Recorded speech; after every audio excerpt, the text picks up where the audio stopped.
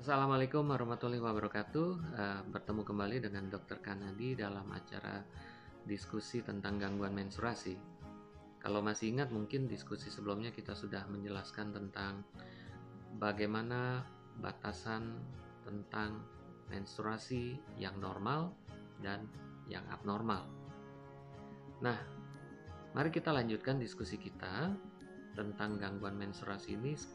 Pada kesempatan kali ini kita akan mencoba memahami kira-kira apa saja kelainan-kelainan yang akan dicari oleh dokter sekiranya apabila dokter itu mendapat pasien dengan keluhan gangguan menstruasi yang kita kenal sebagai perdarahan uterus abnormal.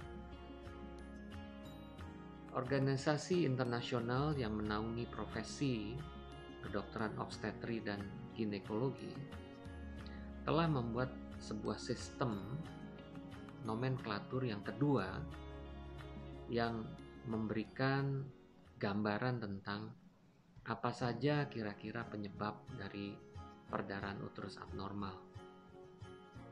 Mereka sudah membuat sebuah sistem yang sangat mudah untuk dipahami sehingga para klinisi dapat menggunakannya sebagai panduan dalam melakukan tata laksana menegakkan diagnosis perdarahan uterus abnormal, termasuk adalah untuk mencari penyebabnya. Nah, mereka membagi dua penyebab dari perdarahan uterus abnormal ini, yaitu bagian yang pertama adalah yang berkaitan dengan kelainan struktur atau anatomi. Ya. Nah, kelainan struktur ini tentunya sangat berpotensi dapat dikenali dengan melakukan pemeriksaan diagnostik, seperti misalnya pemeriksaan pencitraan. Salah satunya alat yang paling populer tentu adalah mesin ultrasonografi. Lalu yang bagian kedua adalah penyebab yang tidak terkait dengan kelainan struktur, atau sering kita kenal juga sebagai kelainan fungsional. Nah, tentunya kelainan-kelainan ini sebaliknya tidak akan bisa dikenali dengan pemeriksaan diagnostik pencitraan. Nah, mari kita coba kenali satu demi satu kedua kelompok ini sehingga nantinya para pendengar dapat memperkirakan kira-kira apabila terdapat kerabat atau mungkin diri sendiri yang mengalami perdarahan uterus abnormal, kira-kira apa kemungkinan penyebabnya. Nah, kalau kita lihat di sini pada kelainan yang struktur, maka dibuat singkatan yang sangat mudah untuk diingat, yaitu PALM. PALM adalah istilah bahasa Inggris untuk telapak tangan. Palm terdiri dari huruf P, A, L, dan M. P adalah singkatan untuk polip, A adalah singkatan untuk adenomyosis, L adalah singkatan untuk leiomioma, M adalah singkatan untuk malignansi atau keganasan. Jadi ada 4 kelainan struktur yang berpotensi dapat menimbulkan gangguan perdarahan uterus abnormal, yaitu polip, adenomyosis, leiomioma atau dikenal juga sebagai mioma uteri, dan malignansi atau keganasan. Sementara kelainan yang bersifat non-struktur disingkat sebagai COIN. COIN dalam bahasa Inggris terdiri dari alfabet C, O, E, I, dan N. C adalah merupakan singkatan dari koagulopati atau adanya kelainan pada sistem pembekuan darah. O adalah singkatan dari ovulation disorder atau gangguan ovulasi. Gangguan ovulasi tentu menyebabkan adanya gangguan hormon atau gangguan keseimbangan hormon. E adalah merupakan singkatan dari endometrium.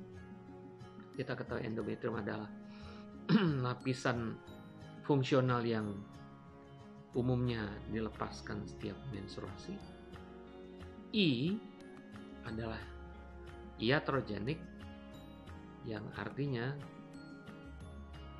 diakibatkan karena adanya tindakan kedokteran atau penggunaan obat-obatan tertentu yang dapat mengakibatkan terjadinya gangguan menstruasi. Dan yang terakhir adalah N, yang dapat dikategorikan sebagai not yet classified atau tidak dapat diklasifikasikan. Nah, mari kita coba kenali bagaimana gambaran masing-masing kelainan tadi. Nah, berawal dari tentunya pola perdarahannya dulu.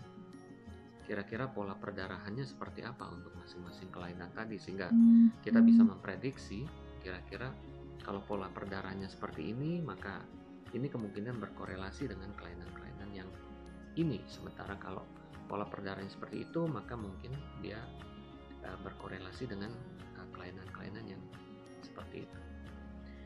Nah, seperti yang sudah pernah kita diskusikan sebelumnya, maka seorang perempuan dapat saja mengalami perdarahan uterus abnormal. Paling tidak kita bagi menjadi dua, di mana haidnya teratur atau haidnya tidak teratur. Nah, mari kita coba lihat yang haid atau menstruasinya tidak teratur.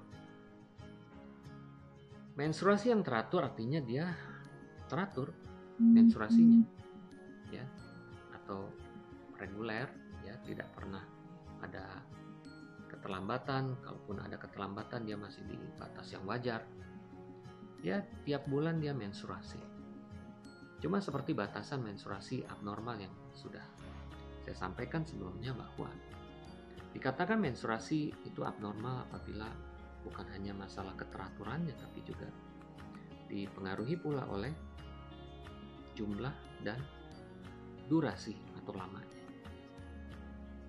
Jadi bisa saja seorang perempuan ini mensnya teratur, tapi bisa jadi jumlahnya banyak sekali, ya, meskipun mungkin durasinya tidak lama, masih dalam batas yang normal, tapi sehari-hari dia bisa menggunakan jumlah pembalut yang sangat banyak.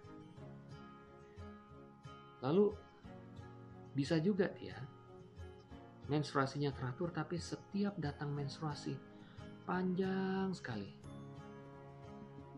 menstruasinya, ya. Mungkin ganti pembalutnya tidak banyak, tapi terlampau lama, dan kita tahu durasi normal sesuai batasan adalah 8 hari. Jadi kalau sudah lebih dari 8 hari, harusnya sudah mulai bisa menyatakan ini adalah panjang menstruasi yang tidak normal. Nah, bisa juga dia menstruasinya normal atau reguler, akan tetapi setelah dia selesai menstruasinya, maka di antara menstruasi ini ada lagi perdarahan-perdarahan yang tidak teratur, atau kita sering sebut sebagai perdarahan di antara dua menstruasi, ya, atau kita sering sebut sebagai perdarahan intermenstrual. Nah, mari kita coba memahami kira-kira apa saja penyebab yang dapat dicurigai sekiranya ada pola-pola perdarahan seperti itu. Nah, apabila seorang perempuan ini mengalami perdarahan yang banyak atau durasinya panjang, maka mari kita ingat kembali bagaimana seorang perempuan yang mengalami menstruasi, maka menstruasi itu bisa berhenti. Artinya, menstruasi tentu kita pahami semua adalah sebuah proses pelepasan dari lapisan dinding rahim ya, yang diakibatkan karena lapisan dinding rahim yang tadinya sudah dipersiapkan untuk mempersiapkan terjadi kehamilan tidak digunakan. Artinya tidak terjadi kehamilan dan dinding rahim yang sudah terbentuk tadi dibuang sebagai darah menstruasi. Nah, dinding rahim yang keluar seperti kita ketahui juga akan bercampur bersama dengan darah yang keluar dari pembuluh darah yang terbuka dari tempat tumbuhnya dinding rahim tadi. Jadi pada saat dinding rahim itu lepas, maka ada pembuluh-pembuluh darah yang terbuka di bawah. Nah, oleh karena itu kita harus memahami dulu bahwa seorang perempuan itu menstruasinya panjangnya terbatas dan jumlahnya juga diatur karena ada beberapa mekanisme yang terjadi pada saat lepasnya dinding lapisan endometrium tadi. Apa yang terjadi? Pada saat lepasnya dinding endometrium tadi, maka bersamaan pula dilepaskan banyak kali berbagai zat yang ternyata zat-zat tersebut dapat mengaktifkan sistem pembekuan darah. Itu yang pertama. Lalu kemudian yang kedua, zat tadi juga akan memicu terjadinya penyempitan pembuluh darah yang terbuka tadi. Dan akibatnya maka dengan menciutnya pembuluh darah maka aliran darah akan terhenti. Dan tidak cukup dengan itu. Setelah terjadi lepasnya dinding menstruasi maka terjadi sebuah mekanisme pengaturan ulang dari pelepasan hormon di mana mulai naik kembali hormon estrogen dan peningkatan hormon estrogen ini akan mulai menebalkan kembali lapisan dinding rahim yang baru untuk siklus menstruasi yang berikutnya. Dengan demikian, pembuluh darah yang sudah terbuka tadi akan ditambal dengan lapisan dinding rahim yang baru. Jadi ada 3 mekanisme di situ yang bertanggung jawab untuk mengatur lama dan banyaknya darah menstruasi seorang perempuan. Jadi bisa kita pahami kalau misalnya ada sesuatu yang mengubah mekanisme tadi, maka pasti akan terjadi perubahan pada pola, jumlah, dan lamanya darah menstruasi. Mari kita ambil contoh. Apabila luas permukaan dari dinding rahim itu menjadi lebar, lebih lebar dari yang seharusnya, maka artinya dinding rahim yang dilepas akan jauh lebih banyak.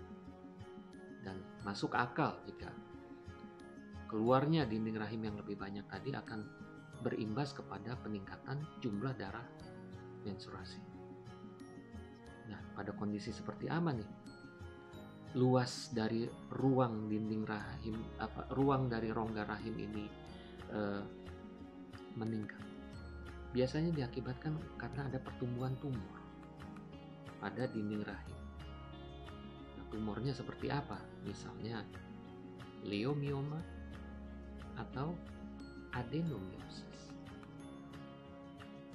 Adanya pertumbuhan tumor jinak tadi di dinding rahim tidak jarang menyebabkan distorsi dari rongga rahim yang berakibat kepada meningkatnya luas permukaan dari rongga rahim. Jadi bisa dibayangkan kalau misalnya tumor itu tumbuh masuk ke dalam rongga rahim, maka implikasinya luas permukaan rongga rahim akan meningkat. Wajar kalau jumlah darah menstruasinya menjadi lebih banyak atau mungkin bisa menjadi lebih lama karena darah atau sesuatu yang dikeluarkan itu akan menjadi lebih banyak. Nah, jadi apabila seorang perempuan datang dengan perdarahan uterus abnormal, haidnya teratur, tapi kemudian ada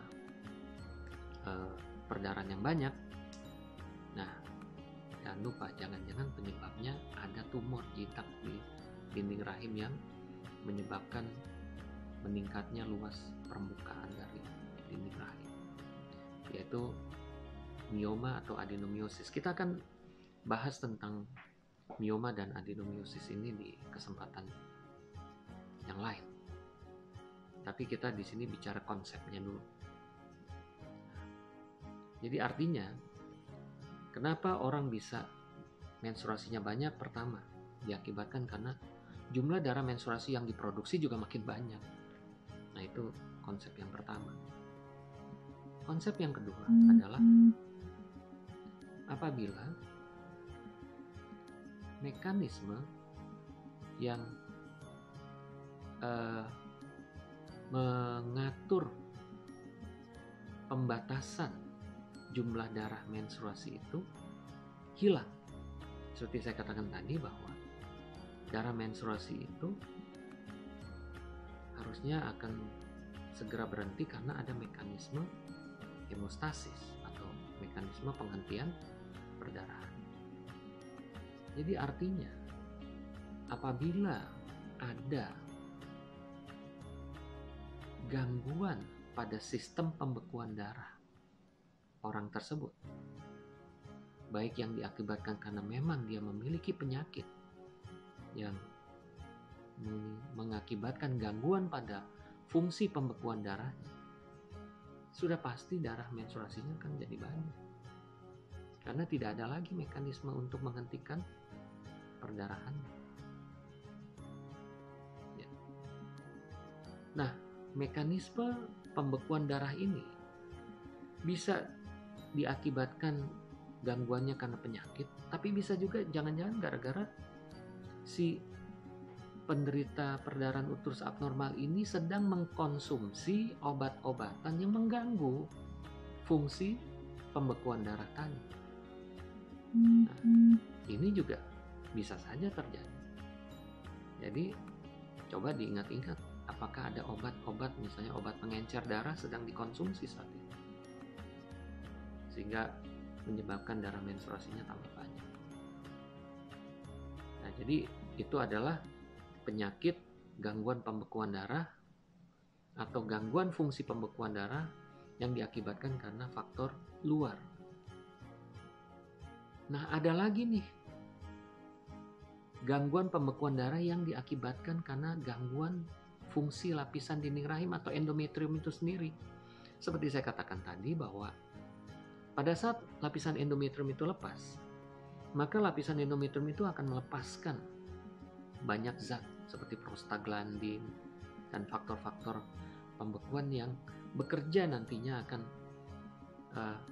memicu terjadinya penghentian perdarahan. Tapi itu nggak terjadi.